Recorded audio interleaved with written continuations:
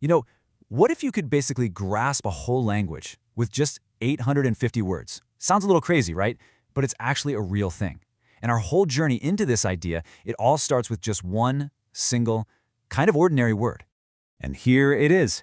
This is our word, porter. I mean, it seems pretty normal, right? You've probably heard it before, maybe at a hotel or something. It doesn't exactly scream secret code, but believe it or not, this one simple word, it's the key to a much, much bigger idea. And yeah, the definition is just as simple as you'd expect. According to the Simple English Wiktionary, a porter is just someone whose work is to carry things. Plain and simple. The example they give is perfect. The porter will take your things up to your room for you. Super clear, right? No mystery there.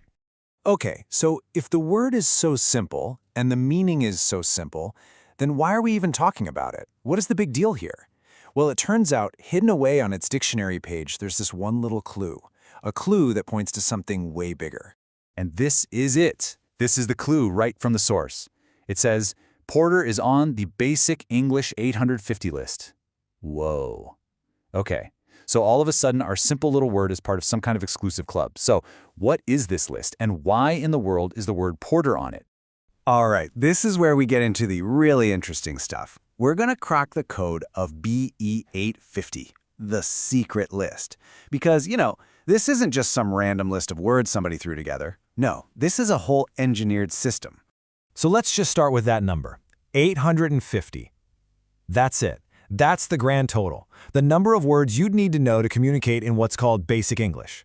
I mean, think about that. Not 85,000, not even 8,500, just 850. It's kind of mind-blowing. So what's the whole point of this? Well, basic English was created by this linguist, C.K. Ogden, and his idea was to make a super simplified version of English. The goal was to create something that anyone, anywhere, could learn really fast, just to communicate clearly about, well, everyday stuff.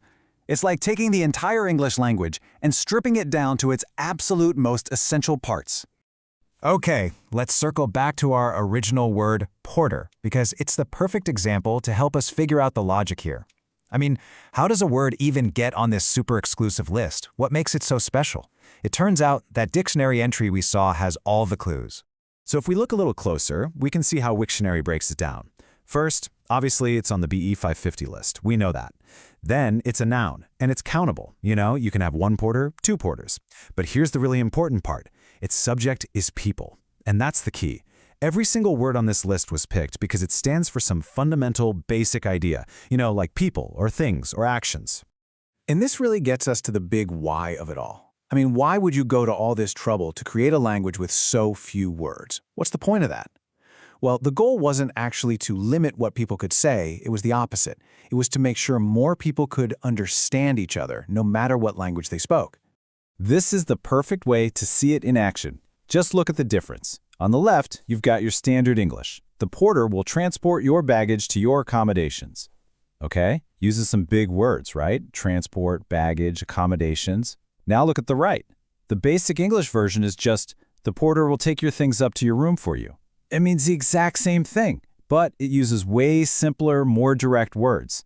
That's the whole philosophy right there. Clarity over everything else. So, what should we take away from all this? I mean, what's the lasting impact?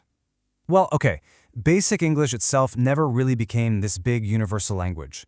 But the main idea behind it, this whole concept of the power of simplicity, man, that is more relevant now than ever. You can actually see its influence in stuff like technical manuals or special languages designed to be perfectly, absolutely clear. When you boil it all down, the core idea is just this: the belief that with a small, really well-chosen set of words, you can build a bridge between people anywhere in the world. It's a great reminder that, being a good communicator isn't about using the fanciest words, it's about using the right ones. And so, that kind of leaves us with one last thought to chew on. In the world we live in today, right? Just overloaded with complex information, with jargon. Could it be that the most powerful way to communicate is actually the simplest? Something to think about.